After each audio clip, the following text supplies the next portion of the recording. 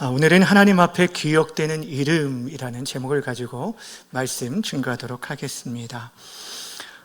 우리가 살아가는 가운데 가장 많이 불려지고 또 우리들이 가장 소중하게 생각하는 말이 있다고 한다면 바로 우리 자신의 이름일 것입니다.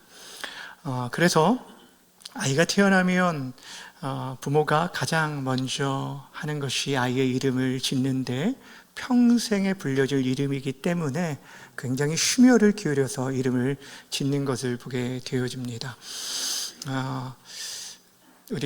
저희 딸이 이제 이름이 온유입니다. 따뜻할 온, 부드러울 유 써서 평생을 그렇게 따뜻하고 부드럽게 많은 사람들에게 그리스도의 은혜를 흘려보냈으면 좋겠다라는 그런 마음으로 이렇게 이름이 지어지게 되었는데, 우리 학교에 가면 출석부에 이름이 불려지고 또 직장에 가서도 명함에 그 이름이 적혀 있는데, 그 이름은 사실 단순한 하나의 어떤 호칭이라기보다는 그 사람의 존재 자체고 인격이고 삶의 무게를 그대로 담아내고 있다라고 해도 과언이 아닐 것입니다. 그래서 누군가의 이름을 딱 듣게 되어지면 그 이름을 통하여서 그 이름만으로도 우리는 때로는 존경과 그런 사랑을 나타내기도 하고, 또 어떤 이름은 반대로 우리 가운데 굉장히 불편한 그런 이름이 될 수도 있습니다. 예를 들면 우리나라의 독립을 위해서 목숨을 걸었던 수많은 독립지사들의 그 이름들은 여전히 우리에게 존귀하게 기억되고 남게 되어지지만, 반대로 이 나라를 팔아먹었던 그 매국노들의 이름들은 수치와 그런 부끄러운 이름으로 여전히 남아있다라는 것입니다. 무엇을 말하냐면, 이처럼 우리의 이름은 단순한 글자가 아니라 그 사람의 선택과 삶의 그 열매가 나타나는 표지가 되어진다라는 것이에요. 그런데 우리들이 성경을 읽다 보면 우리도 모르게 대충 넘어가고 뛰어넘으려고 생략하려고 하는 그런 부분들이 있는데, 그것이 바로 길게 소개되는 족보나 오늘 본문과 같이 이름이 줄줄이 나오게 되어질 때는 우리도 모르게 그냥 뛰어넘고 싶을 때가 있습니다. 오늘 본문에 84명이라는 수많은 사람들의 이름, 읽기도 참 발음하기도 어려운 그 이름들이 기록이 되어 있는데, 여러분, 성경에 기록된 모든 것은, 특별히 사람들의 이름 또한 하나도 예외됨이 없이 우연히 기록된 것은 없습니다. 모든 성경이 하나님의 감동으로 지어졌기 때문에 분명 하나님의 계획과 뜻 가운데 우리에게 주시는 교훈이 있다라는 사실입니다. 그렇게 오늘 우리가 힘들게 읽은 이 1절부터 27절에 나오는 이 이름들을 통해서 하나님께서 우리에게 주시는 교훈들이 무엇인지를 발견하고, 또한 우리의 이름이 하나님 앞에서 어떻게 기록되어 남고 있는지를 돌아볼 수 있는 귀한 시간이 되어지기를 바랍니다. 첫 번째 살펴볼 것은 오늘 본문에 기록된 유다 백성들의 그 임봉을 통해서 이들이 책임지는 신앙을 우리에게 보여주고 있다라는 사실입니다. 오늘 본문은 지난 시간의 본문과 연결되는 건데 9장 마지막 38절에 보면 이렇게 말하고 있습니다. 우리가 이 모든 일로 말미암아 이제 견고한 언약을 세워 기록하고 우리의 방백들과 레위 사람들과 제사장들이 다 임봉하나이다 하였느니라. 아멘. 지금 유다 백성들이요, 과거를 돌아보면서 자신들이 하나님 앞에서 한결같이 범죄하고 하나님의 말씀에 불순종하고 패역했던 모습들을 그들이 발견하고요, 그럼에도 불구하고 하나님의 그 크신 인자와 긍휼하심으로 저들을 품어주시고 그 언약, 신실하신 언약으로 저들을 구원해 주셔서 여기까지 이르게 된 것을 깨닫게 되었어요. 그리고 나서 그들이 그 깨달음 가운데 하나님께 결단한 게 무엇이냐면, 이제는 더 이상 하나님을 떠나지 않겠습니다. 하나님의 말씀 앞에 순종하며 하나님 경외하며 섬기겠습니다 라고 그들이 결단하고 약속을 맺게 됩니다. 그 약속을 기록하고 그것에 인봉한 사람들이 바로 지도자들이었어요. 레위인, 그 다음에 제사장과 백성의 지도자들. 오늘 본문은 바로 그들의 이름이 기록되어 있어요. 인봉한 사람들의 이름이 기록되어 있어요. 오늘 본문의 이 인봉이라는 것은 오늘날로 말하면 서명이라고 생각을 하시면 될 것 같아요. 여러분, 중요한 계약이나 약속을 할 때 우리들이 서명을 하고 사인을 합니다. 근데 이 서명은 단순한 어떤 행위가 아니라 내가 그 일에 대해서 책임을 지겠습니다라는 그런 약속이죠. 다시 말씀드리면 이 언약에 내가 동의하고 그에 대해서 책임감 있게 행동하겠습니다라는 그 약속이 그 안에 담겨져 있어요. 그래서 쉽게 우리가 서명하지 않잖아요. 잘못된 어떠한 잘못 서명을 하거나 잘못 우리가 도장을 찍음으로 인해서 보증을 잘못 써다가 큰 어려움을 당한 분들도 있는 것을 보게 됩니다. 무엇을 얘기하냐면 이런 서명은 책임과 헌신이 따르게 되어진다라는 것이에요. 사실 지금 이들이 이렇게 서명을 하는 것은 쉬운 일이 아니었던 것은 위험이 동반되는 일이었기 때문이에요. 유대 공동체 안에 아직도 내부적으로 그들이 그 대적들과 내통하는 자들도 있었기 때문에 이들 명단은 대적들의 표적이 될 수 있었다라는 것입니다. 그럼에도 불구하고 그 위험한 가운데서도 이들이 헌신을 각오하고 희생을 각오하고 그들이 서명했다라는 거예요. 우리나라 역사도 보면 1919년 3월 1일 3.1 만세운동이 이루어질 때 낭독되었던 기미 독립선언서에 민족대표 33명이 그 가운데 서명을 했어요. 여러분, 일제가 지금 그렇게 호시탐탐 노리고 있는 그런 상황 가운데 선언문에 여러분 그 이름까지 쓰게 되었으니 그들이 얼마나 큰 어려움을 당했을까. 실제적으로 대부분의 사람들이 체포되고 많은 고초를 그렇게 옥고를 치러했다라고 말하고 있어요. 여러분, 이처럼 서명이라는 것은 책임과 헌신이 따른다는 거예요. 유대 백성들이 바로 그런 마음으로 내가 책임감 있게 이 일들을 감당하겠습니다라는 그런 신앙을 보여준 것이 임봉한 일이었습니다. 그렇다면 사랑하는 여러분, 오늘날 우리들은 어떻습니까? 참 안타깝게도 현대사회는 약속을 너무 가볍게 취급하는 그런 시대에 우리가 살아가고 있어요. 약속도 쉽게 하지만 그 약속도 너무 쉽게 깨트린다는 거예요. 근데 여러분, 하나님과의 언약은 결코 가볍게 다룰 수 없는 문제라는 거예요. 어제 귀한 이렇게 가정이 탄생하는 결혼 예식이 있었습니다. 이번 주 토요일도 있습니다. 네, 그런데 여러분, 결혼 예식 가운데 가장 중요한 시간이 어떤 시간이라고 생각합니까? 어떤 시간이죠? 밥 먹는 시간도 중요하긴 해요. 네. 그런데 정말 중요한 시간은 하나님과 사람 앞에서 언약을 맺는 그 서약의 시간이에요. 일평생 내가 배우자만을 사랑하고 섬기겠다라고 다짐하는 그 서약에 여러분이 참여하는 것은 증인으로서 참여해서 그들이 그 서약들을 계속적으로 잘 지켜나갈 수 있도록 격려하고 기도하고 축복하는 것이 여러분들이 그 결혼식에 참여하는 본질이라는 것입니다. 그런데 여러분, 그렇게 평생을 함께 하겠다라고 다짐하는 그런 약속들도 잘 지켜지지 않는 이런 시대라는 거예요. 하물며 여러분, 하나님과의 약속은 어떨까요? 여러분들은 하나님과의 약속을 얼마나 책임감 있게 잘 감당하고 계십니까? 여러분, 세례를 받을 때도 그렇고요, 임직식에 서약을 할 때에도 여러분이 어떤 마음으로 그 서약이 어떠한 서약인지 마음에 담고 있습니까?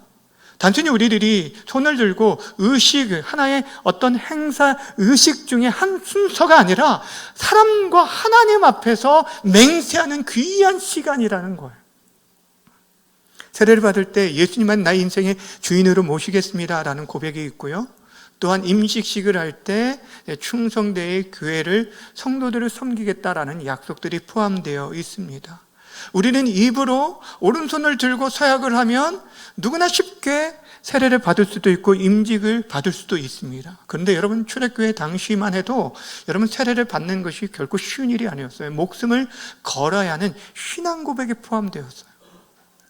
당시에 로마 가이사 황제가 그 자신들의 주님이라고 큐리오스라고 불렸던 그런 시대에 그들이 세례를 받을 때면 가이사가 내 인생의 주인이 아니라 예수님이 나의 주님입니다라는 그런 고백이 있을 때만이 여러분, 세례를 받을 수 있었어요. 다시 말하면 목숨을 걸어야 했던 그런 고백이 있을 때 그들이 그 세례를 받게 되어진 거예요. 무엇을 얘기합니까? 우리에게 서약이나 이 언약에 서명을 하는 일들은 책임과 헌신이 따른다라는 것을 말해주고 있습니다.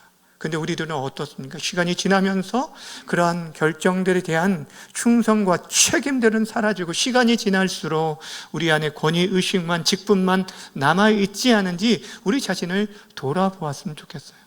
오늘 유대 백성의 지도자들이 임봉함으로 인하여서 그 책임 있는 신앙을 우리에게 보여줬던 것처럼, 여러분, 사람과의 관계의 약속도 너무 중요하지만 보이지 않는 하나님과의 약속을 귀하게 여길 수 있는 우리 모두가 되어주기를 바랍니다. 그리고 그것을 위해서 책임감 있게 감당할 수 있는 성숙한 주의 성도들 다 되시길 주님의 이름으로 간절히 축원합니다.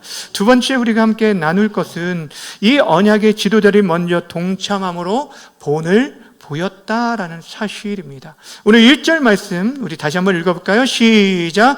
그 임봉한 자는 하가랴의 아들 총독 느헤미야와 시드기야. 아멘. 가장 먼저 총독 느헤미야 이름이 기록되어 있고 2절부터 8절까지는 제사장들의 이름, 또 9절부터 13절까지가 그 다음에 레위 사람들, 14절부터 27절까지가 백성들의 지도자들의 이름이 기록되어져 있습니다. 이 지도자들은 정치적 또한 종교적 지도자들인데 이 일에 대해서 가장 앞장서서 서명하면서 그 일에 헌신을 결단했던 모습을 보게 됩니다. 그 가운데 맨 처음 총독 느헤미야 이름이 있었다는 것을 우리는 기억해야 하는 것입니다. 사랑하는 여러분, 리더의 자리다라는 것은요, 대접받고 섬김을 받기 위한 자리가 아니라 섬기고 본을 보이기 위한 자리입니다. 예수님의 제자들로 처음에는 예수님을 따르는 것이 자신들의 어떤 입신양면을 위해서였습니다. 그들이 예수님께서 십자가를 지시기 위해서 예루살렘으로 향해 올라가는 길 가운데서도 누가 크냐고 서로 다툰 일들이 있었어요. 심지어는 야고보와 요한은 어머니까지 대동해서 그 예수님의 그 좌우편의 그 권세를 얻게 해달라고 청탁하는 일까지 있었습니다. 그때 예수님께서 어떤 말씀을 하셨냐면 이렇게 말씀하셨어요. 마가복음 10장 43절에서 45절까지입니다. 너희 중에 누구든지 크고자 하는 자는 너희를 뭐하는 자가 되라고요? 섬기는 자가 되고, 너희 중에 누구든지 으뜸이 되고자 하는 자는 모든 사람의 뭐가 되라고요? 종이 되어야 하리라. 인자가 온 것은 섬김을 받으려 함이 아니라 도리어 섬기려 하고 자기 목숨을 많은 사람의 대속물로 주려 함이라 라고 말씀하고 있어요. 예수님께서는 그렇게 말씀만 하지 않으시고 자신의 온 몸을 통해서 피 한 방울, 여러분 물 한 방울 남기지 않고 그렇게 섬김과 희생의 본을 보여주셨어요. 그리고 그 본을 따라 그의 제자들도 남생에 순교하기까지 주와 그리스도를 위해, 주의 나라를 위해 헌신하게 되었던 거예요. 사랑하는 여러분, 유대 백성들이 지금 포로 이후에 다시 신앙을 새롭게 세워가는 그 첫걸음은 바로 지도자들의 결단과 헌신에서 시작되었다라는 사실입니다. 지도자들이 먼저 자신의 이름을 서명했기 때문에 백성들이 그 본을 따라서 자신들도 결단하고 나아갔어요. 실질적으로 그들이 그 이름에 기록하지 않았지만 그 이후에 보면은 그들을 조차 이 사명하지 않은 자들도 내가 하나님의 말씀을 좇아, 지금 지도자들이 그렇게 고백했던 것처럼 우리 또한 여호와 하나님의 말씀에 순종하겠습니다라고 결단하며 나아갔다는 거예요. 28절과 29절 말씀입니다. 그 남은 백성과 제사장들과 레위 사람들과 문지기들과 로리하는 자들과 느리는 사람들과 및 이방 사람과 절교하고 하나님의 율법을 준행하는 모든 자와 그들의 아내와 그들의 자녀들 곧 지식과 총명이 있는 자들은 다 그들의 형제의 귀족들을 따라 저주로 맹세하기를 우리가 하나님의 종 모세를 통하여서 주신 하나님의 율법을 따라 우리 주 여호와의 모든 계명과 규례와 율례를 지켜 행하여라고 얘기하고 있어요. 뭐라고 하냐면 그 형제 귀족들을 따라, 지도자들을 따라서 저주로 맹세한다라고 얘기합니다. 여러분, 이 저주로 맹세한다라는 것은 무엇일까요? 우리가 하나님의 말씀을 쫓아 살겠습니다. 그런데 그 말씀조차 살아가지 않을 때 주어질 그 저주, 그 저주도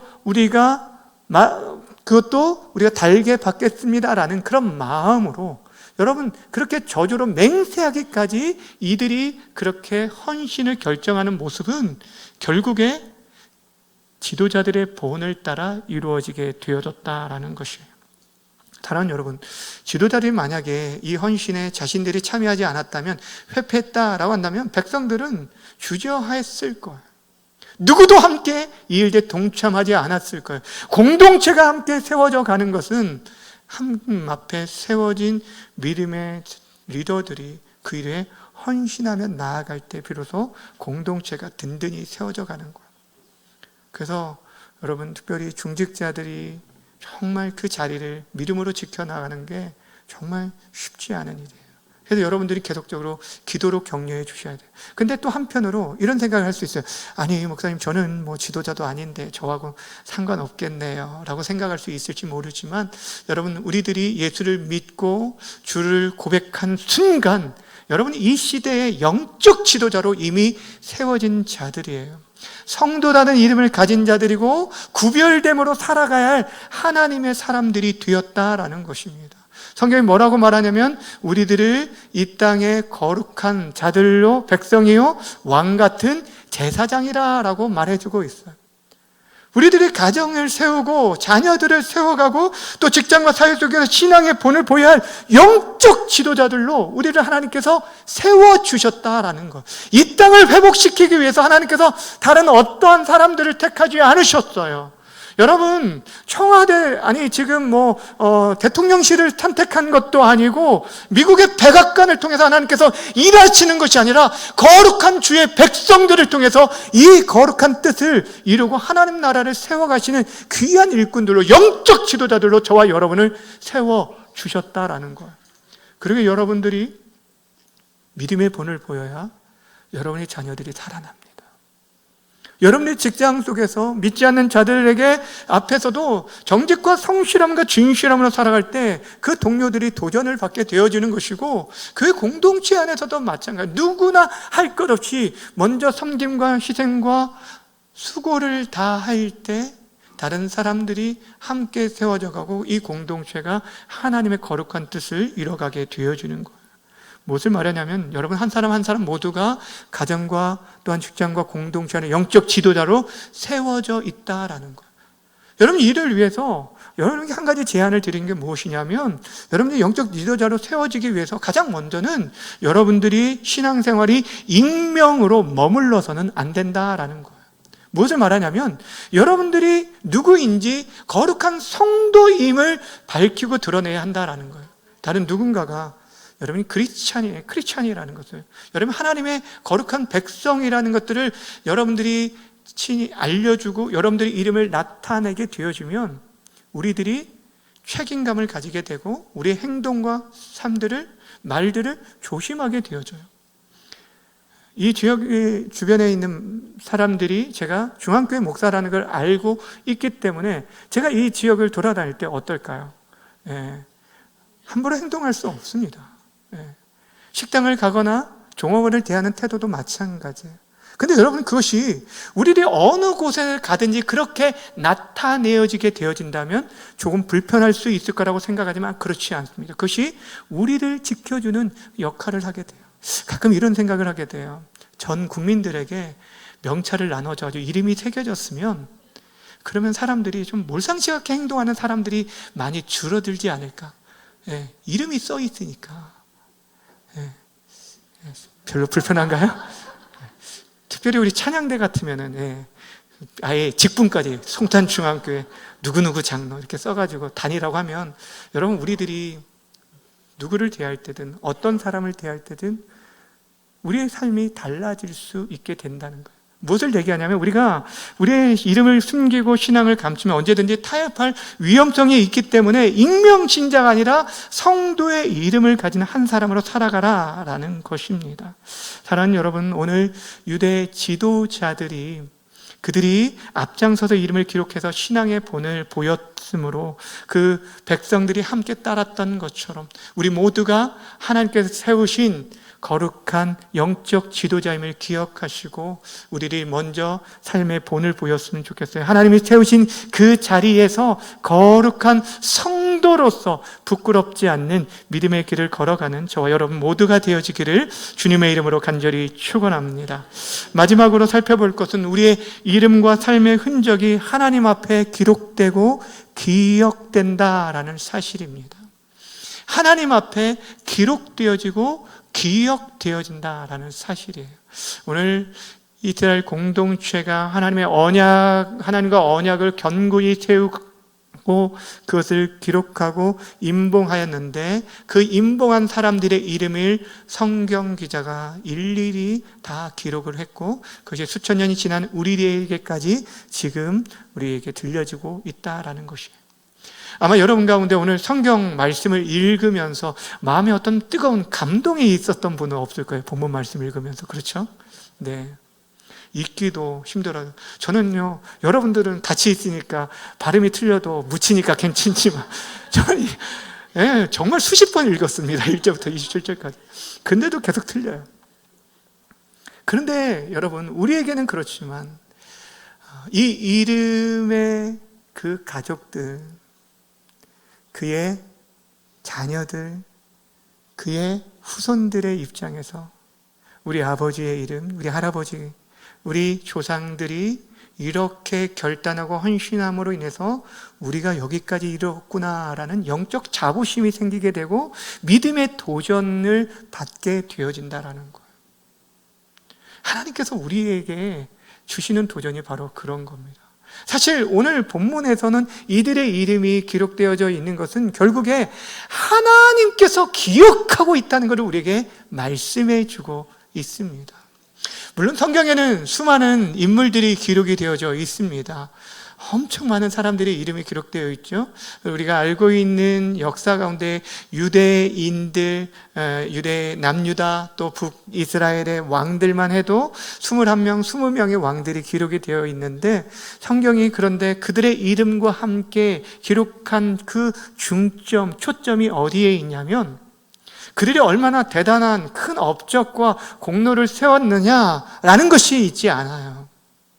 저들이 얼마나 하나님 앞에서 신실하게 살았는지, 하나님을 경외하며 살았는지 이것 하나로 그 삶을 판단하고 그래서 이 사람은 하나님 보시기에 선한 왕이었다, 악한 왕이었다라고 나누고 있어요. 여러분, 근데 이런 일들이 지도자들, 왕들에게만 해당되는 게 아니라 우리 모두의 삶도 하나님께서 낱낱이 다 기록하고 계시다라는 거예요. 요한계시록 20장에 보면 이렇게 말씀합니다. 또 내가 보니 죽은 자들이 큰 자나 작은 자나 그 보좌 앞에 서 있는데 책들이 펴 있고 또 다른 책에 펴졌으니 곧 생명책이라 죽은 자들이 자기 행위를 따라 책들에 기록된 대로 심판을 받으니. 무슨 말이냐면 하나님의 보좌 앞에 두 종류의 책이 있대요. 한편의 책은 어떤 책이라고 말하냐면 생명책입니다. 생명책. 이 생명책에 기록되는 사람만이 천국에 갈 수 있잖아요. 생명책에 있고, 근데 또 한편에 있는 책이 어떤 책이라고 말하냐면 그 사람들의 행위가 낱낱이 기록되어 있는 행위책이 있어요. 그리고 그 기록된 대로 그 사람이 행한 대로 심판하실 것이다 라고 말씀하고 있어요. 그러니까 여러분은 우리의 모든 삶의 행적들을 하나님께서 다 기록하고 계시다라고 말을 합니다. 에이, 하나님 어떻게 그걸 다 기억해요? 지금 전 세계 인구가 현재 몇 명이라고 하냐면 82억이라고 얘기하잖아요. 그 82억의 그 수많은 사람들, 살아있는 사람들만 해도 그런데 어떻게 그걸 다 일일이 기억? 근데 여러분, 그건 우리의 생각이죠. 하나님은 불가능이 없습니다.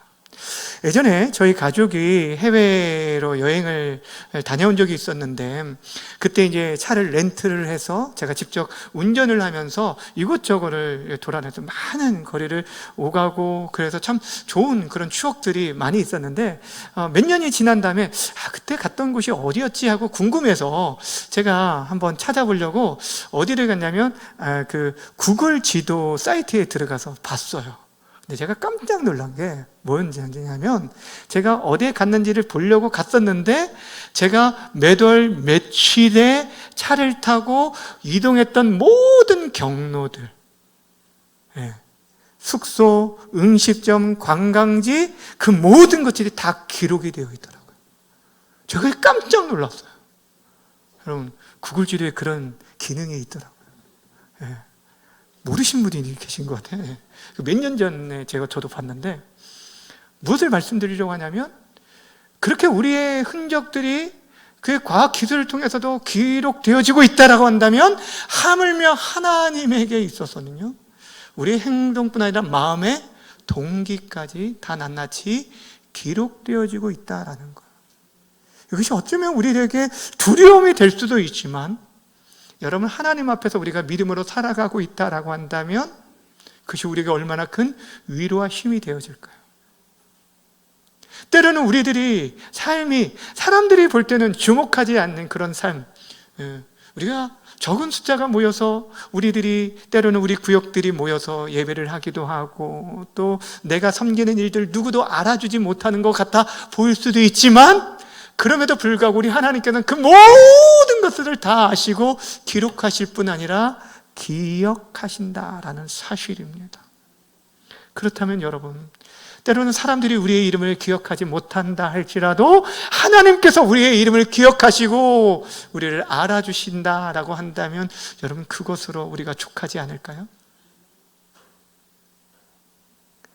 더 중요한 것은 우리들이 예수를 주로 고백하고 믿는 순간 우리의 이름이 생명책에 기록되어지고, 그 생명책에 기록된 이름은 결코 영원히 지워지지 않는다는 사실입니다. 요한계시록 3장 5절 말씀 함께 읽어볼까요? 시작. 이기는 자는 이와 같이 흰옷을 입을 것이요 내가 그 이름을 생명책에서 결코 지우지 아니하고. 아멘. 단 한 사람의 믿음의 결단과 작은 헌신까지도 잊지 않고 기억하시고 그 이름을 생명책에 기록하고 계시다 하는 거예요. 존 파이퍼 목사님이 그래서 이런 얘기를 했어요. 하나님은 우리의 작은 헌신까지도 기억하신다. 사람의 박수보다 주님의 기억이 우리의 최고의 상급이다. 그러니까 우리들이 사람의 인정보다 여러분, 하나님께서 기억해 주시면 그것으로 진짜 족하다는 거예요.